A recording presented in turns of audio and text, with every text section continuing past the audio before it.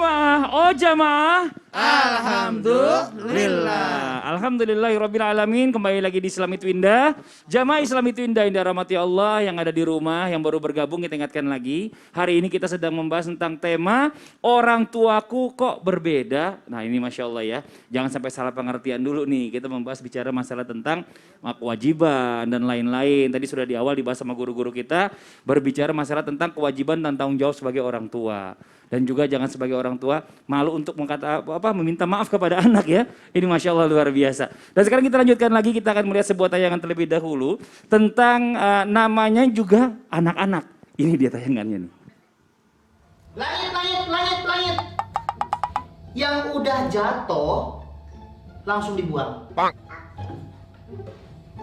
Cepat buang.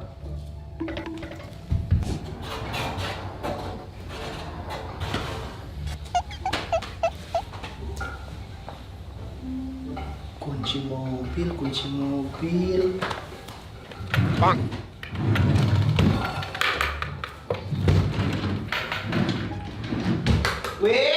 Kunci mobil mana? Handphone juga mana lagi? Wah, ini handphone. Dek, ngeliat kunci mobil papa gak? Lihat, Di mana? aku buang. Dibuang? Katanya yang jatuh dibuang. Dibuang di mana? Truk sampah. Ampun. Iya ini luar biasa ya, maksudnya maknanya ini panjang nih, luas. Jadi kalau kita bicara sama anak-anak ini, kita nggak bisa ngomong dengan sepenggal-sepenggal aja tanpa ada penjelasan lebih lanjut. Betul. Nah ini tadi yang terjadi, jadinya anak-anak salah pengertian. Yang jatuh dibuang tempat sampah, nggak salah dia, bener kan? Ngikutin kata orang tuanya. Nah ini kita balik lagi nih Ustadz Syam nih, ya. Ada pembahasan tadi yang belum selesai nih, bicara masalah tentang ya, akhlak nih. Akhlak seorang anak adalah tergantung bagaimana caranya orang tua ini mendidik anak tersebut. Dan sukses tidaknya orang tua mendidik anaknya adalah tergantung dari akhlak orang tua itu sendiri. Dan dengan kata lain, peran orang tua ini sangatlah besar terhadap tumbuh kembang anak ini. Masya Allah luar biasa ya. Nah apa saja peran orang tua tadi nih yang kita bahas nih ya.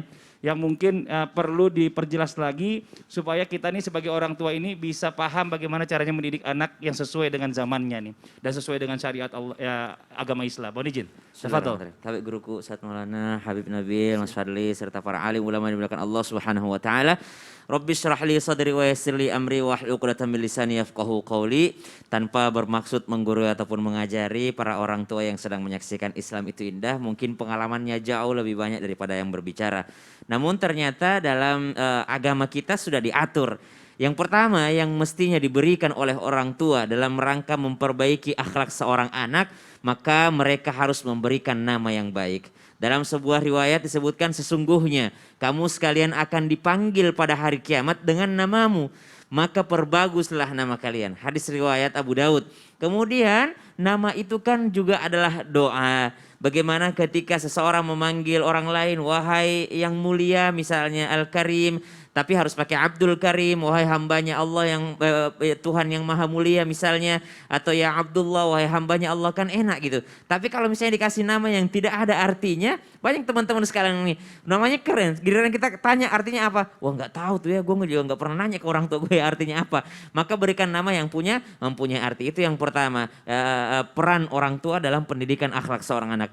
Yang kedua adalah memberikan ASI. Subhanallah, banyak mungkin di antara ibu-ibu milenial, mungkin nih teman-teman yang insya Allah akan menjadi ibu-ibu milenial, mungkin banyak yang terlalu sibuk di luar sehingga lupa untuk memberikan air susu ibu yang sungguh luar biasa yang diberikan oleh Allah Subhanahu wa taala. Banyak orang tua yang ingin memberikan ASI kepada anaknya tapi tidak punya. Ini banyak juga yang punya ASI namun ternyata meninggalkan untuk 2 tahun memberikan kepada anaknya. ASI eksklusif, Masya Allah. Kemudian yang ketiga disebutkan memberikan pendidikan yang baik. Wal yakhshal ladzina law taraku min khalfihim dzurriyyatan dhi'afan khafu 'alaihim falyattaqullaha wal yaqulu qawlan sadida. Hendaklah khawatir seorang orang tua yang meninggalkan anaknya dalam keadaan lemah. Banyak yang mengartikan lemah di sini ada lemah materi, ada lemah fisiknya, ada lemah pendidikannya. Anak nggak tahu apa-apa. Kenapa? Karena orang tuanya meninggalkannya dalam keadaan lemah. Maka berikan pendidikan yang baik. Masyhur sebuah riwayat ketika ada seorang anak yang mengadu, ada orang tua yang mengadu kepada Sayyidina Umar bin Khattab. Orang tuaku durhaka, anakku durhaka. Lalu anaknya dipanggil. Sang anak mengatakan bukan saya yang durhaka, tapi orang tuaku yang durhaka kepadaku. Salah satu kedurhakaannya adalah dia tidak pernah mendidikku dalam agama. Subhanallah. Kita tahu dalam Al-Quran ada sebuah surah yang isinya ini parenting. Yakni tentang Luqmanul Hakim. Bagaimana Luqman mengajari anaknya. Jadi kalau dikatakan seberapa besar peran orang tua dalam pendidikan anak, sangat besar sekali. Bahkan seorang orang biasa, ya bukan nabi, bukan rasul, disebutkan namanya dalam Al-Quran karena bagaimana perannya dalam mendidik anaknya. Bagaimana Luqman mengajar anaknya, wahai anakku, inna syirka la zulmun azim. Sesungguhnya syirik itu adalah kezaliman yang sangat agung. Berbaktilah kepada orang tuamu, jangan berlaku sombong, mendirikanlah sholat, berlaku sabarlah. Subhanallah. Maka parenting itu luar biasa dalam Al-Quran. Kemudian yang selanjutnya adalah mengajarkan Al-Quran. Banyak di antara kita mengajarkan ilmu-ilmu yang lainnya, namun ternyata lupa untuk memberikan ilmu basic yang mana semuanya akan tercukupi dengan ilmu ini, yaitu ilmu Al-Quran. Kemudian bersikap adil terhadap anak-anak. Ini ada seorang sahabat Nu'man. Ini datang kepada baginda Nabi SAW melaporkan ketidakadilan orang tuanya. Maka kata Rasulullah SAW, saya tidak mau menjadi saksi ketika orang tuamu tidak berlaku adil. Itulah mungkin sebagian yang dirangkum oleh tim Islam itu Indah untuk kami sampaikan kepada para orang tua yang sedang menyaksikan Islam itu Indah. Masya Allah. Jadi bicara masalah tentang kesuksesan anak ini tergantung dari orang tuanya. Banget Banget pasti. ya. Anak ini bakalan masuk surga atau nerakanya juga tergantung dari orang tuanya. Masya Bagaimana Allah. cara mendidiknya ini. Iya, Masya Allah tapi luar biasa. bagi teman-teman yang mungkin orang tuanya tidak demikian, jangan berkecil hati. Gitu. Cari sendiri. Cari sendiri. Masya Allah. Mudah-mudahan justru kita bisa membawa orang tua kita juga ke surganya Allah Benar. Subhanahu wa taala. Amin amin ya rabbal alamin. Nah, sekarang kita masuk lagi ke pembahasan yang berikutnya. Buat jamaah Islam itu Indah yang ada di rumah, terkadang tanpa kita sadari ini yang namanya orang tua ini banyak kesalahan-kesalahan. Atau kita sebagai orang tua sering kali melakukan kesalahan kepada anak. Bahkan kesalahan tersebut adalah hal yang paling dibenci oleh Allah Subhanahu wa taala. Nah, untuk itu jamaah Islam itu Indah yang ada di rumah ya, sama-sama kita belajar sama guru kita nih, Ayahanda nih kalau kata murid-muridnya beliau nih Masya Allah. Guru kita yang mulia Habib Nabil ya. Ini bicara masalah tentang apa saja kesalahan-kesalahan dari orang tua yang paling dibenci oleh Allah Subhanahu wa taala. Mohon izin penjelasannya, Bib. Fadhol. Baik, Mas Fadli. Para guru yang saya muliakan, Ustaz Maulana, Ustaz Syam, dan para pemirsa yang dimuliakan oleh Allah Subhanahu wa taala dimanapun berada. Ya, jadi tadi kita sudah mendengar kisah tentang Luqman, ya, Sayyidina Luqman Al-Hakim, ya, sampai digelari Al-Hakim, Luqman yang bijaksana. Beliau bukan seorang rasul, tapi kemudian namanya diabadikan di dalam Al-Quran sebagai nama satu surat karena kebijakan daripada Luqman. Nah, kemudian bagaimana sih sebetulnya sikap seorang tua kepada anak, atau dosa-dosa apa yang sangat berbahaya dilakukan orang tua kepada anak? Yang pertama adalah bersikap kasar kepada anak.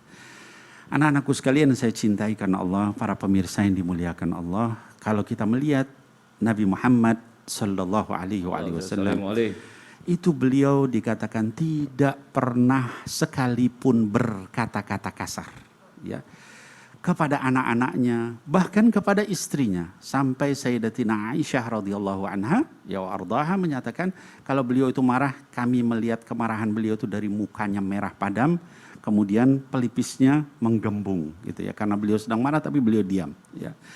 Nah, tapi dari pendidikan anak yang halus seperti itu, tidak pernah kemudian berkata-kata kasar, lahirlah dua orang ya, yang kemudian anak-anak beliau itu adalah orang-orang yang ahli surga. Salah satunya adalah Sayyidatina Fatimah Az-Zahra yang merupakan satu dari 4 orang tokoh wanita di surganya Allah Subhanahu wa taala.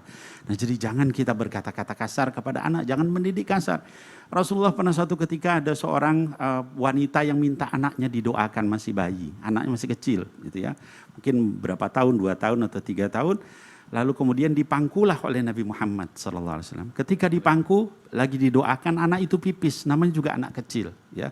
Lalu wanita itu karena malu menarik anak itu dengan keras. Kata Sayyidina Muhammad SAW, wahai ibu, ya, sungguh air pipis ini bisa dibersihkan. Tapi bagaimana membersihkan kekasaran kamu kepada anak kamu yang masih kecil itu? Ya, itulah kasih sayang Sayyidina Muhammad. Jadi jangan kita berbuat kasar kepada anak kita kalau kita tidak ingin anak kita menjadi kasar. Kemudian yang kedua adalah jangan kita pilih kasih membanding-bandingkan. Kita belajar dari Sayyidina Yakub alaihissalam kepada anaknya Sayyidina Yusuf alaihissalam. Ya, dikatakan dalam Quran ya di surah Yusuf ya kata saudara-saudaranya itu qalu ya la Yusuf wa akhuhu ahabbu ila abina wa nahnu usbah inna abana la fi dhalalin mubin.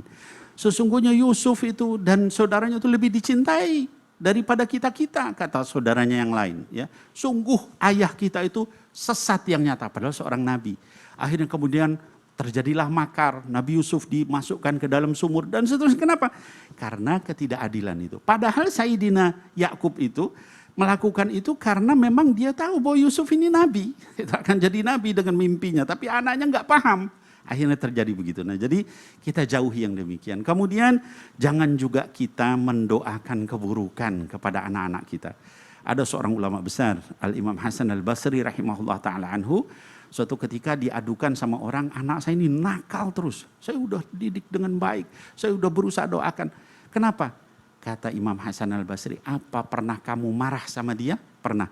Lalu ketika marah itu kamu mengucapkan kata-kata kasar sama dia? Iya, katanya pernah begitu. Kalau begitu kamulah yang menyebabkan anakmu jadi seperti itu. Karena kata-kata orang tua jadi doa buat anaknya.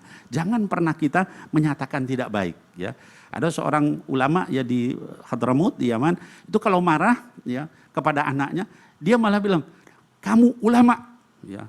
Kamu misalnya ahli tafsir, kamu, dan itu jadi doa dan dikabul anaknya jadi ulama.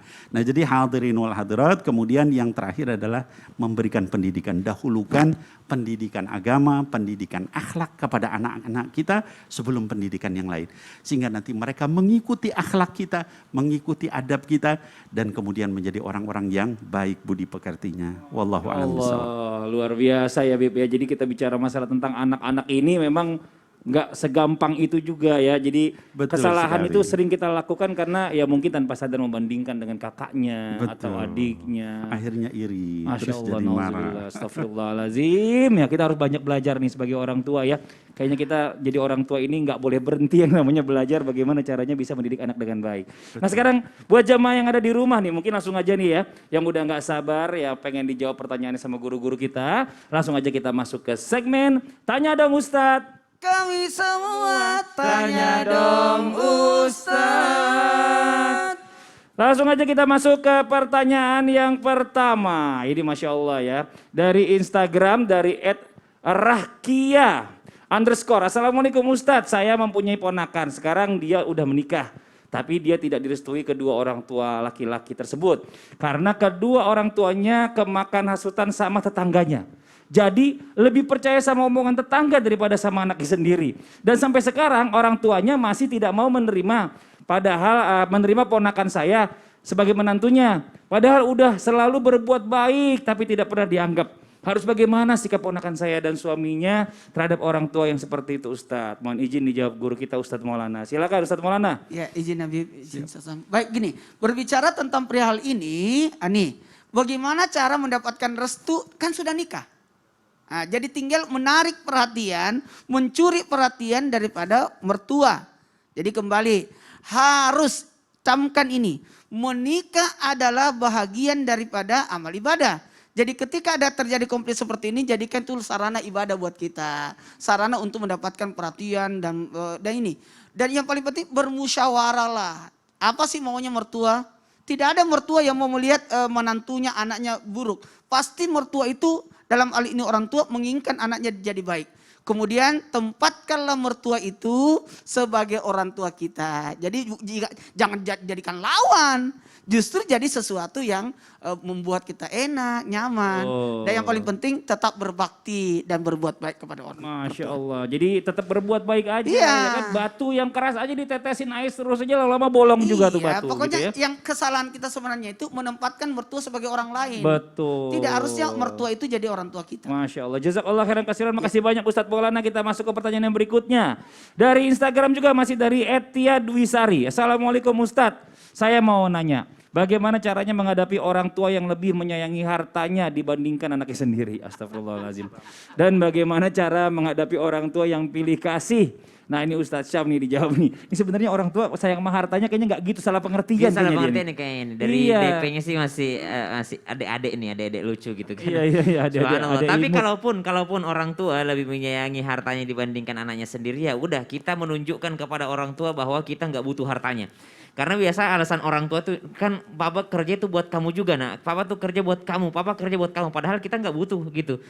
Perlihatkan bahwa kita nggak butuh itu. Jadi karena anak kadang-kadang juga bertengkar gara-gara harta orang tuanya. Karena makanya orang tua juga setengah mati cari uang. Kenapa? Karena dia pikir supaya anakku nanti tidak berkelahi masalah warisan, supaya anakku nanti enak hidupnya. Maka tunjukkan bahwa kita nggak butuh dengan harta tersebut. Subhanallah. Tapi kalau ada orang tua yang demikian, diingatkannya bukan dengan cara yang misalnya kita membencinya, ya, mintalah perhatiannya, mintalah kasih sayangnya. Tapi sebelum engkau tidak mau dibanding-bandingkan dengan anak yang lain, jangan juga kau banding-bandingkan orang tuamu dengan orang tua anak yang lain. Astagfirullahaladzim. Ya, banyak anak-anak kan Iya, merasa iya, dibandingkan iya. sama orang tuanya itu. Kayak jadi dong kayak anak tetangga, tapi dia membandingkan juga orang tuanya dengan orang tua yang lain. Betul. Iya, gitu. Tapi ini anaknya juga salah pengertian nih ya. Kita bicara masalah tentang orang tuanya ternyata lebih sayang sama hartanya. Masnya itu atau mbaknya itu adalah harta yang paling berharga Benar. buat orang tuanya justru. Sampaiin aja kayak gitu. Jadi kebetulan Mas Fadli menempatkan diri sebagai orang tua. Sebagai orang tua. Kita bolak-balik. Ya udah nih, langsung aja kita mau nanya lagi, ada satu lagi nih Bib nih. Mohon izin Habib Nabil ya. Baik. Minta penjelasannya, bener nggak sih kalau di dalam Al-Quran itu diberikan ada kita 4 contoh tipe golongan orang tua sebagai pembelajaran buat kita sebagai orang tua nih dan juga anak. Mohon izin penjelasannya nih. Iya baik, jadi ini penting. Nah tapi Mas Fadli waktunya udah nggak cukup, jadi Waktunya saya udah nggak jawab cukup. setelah yang berikut ini. Oke gitu ya. Kalau gitu buat yang di rumah, saking pentingnya jangan lupa siapkan catatannya nih. Karena kita akan segera kembali lagi setelah yang satu ini. Tetap di Islam itu Indah. Jamaah, oh jamaah. Alhamdulillah. Ya nggak cukup lah Mas.